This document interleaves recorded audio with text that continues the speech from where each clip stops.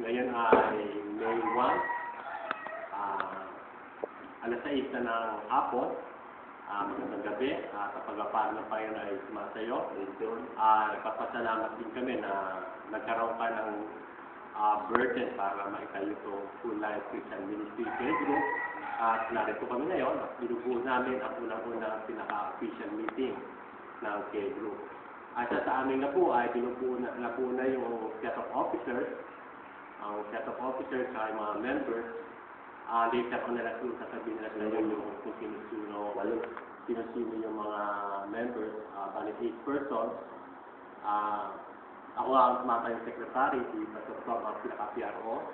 Ang pinaka-chairman po ay si Pastor Cesar Antigo. Ang auditor po natin si Pastor Cesar Junior. Sila Pastor Santos yung pinaka-treasurer. At yung mga iba po na natitira ay yung mga members.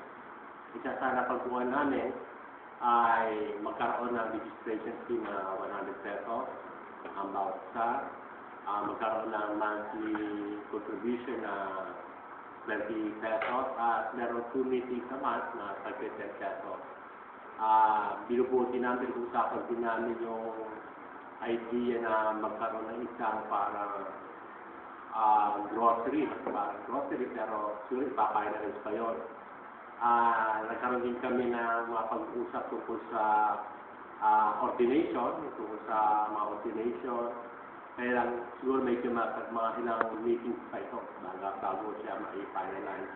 Yan din sa mga IDs na mga monthly periodicals ay sa mga pinag-uusapan.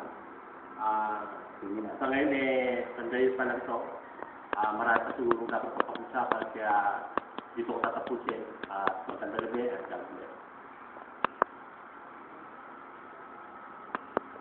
Okay tayo? Okay lang.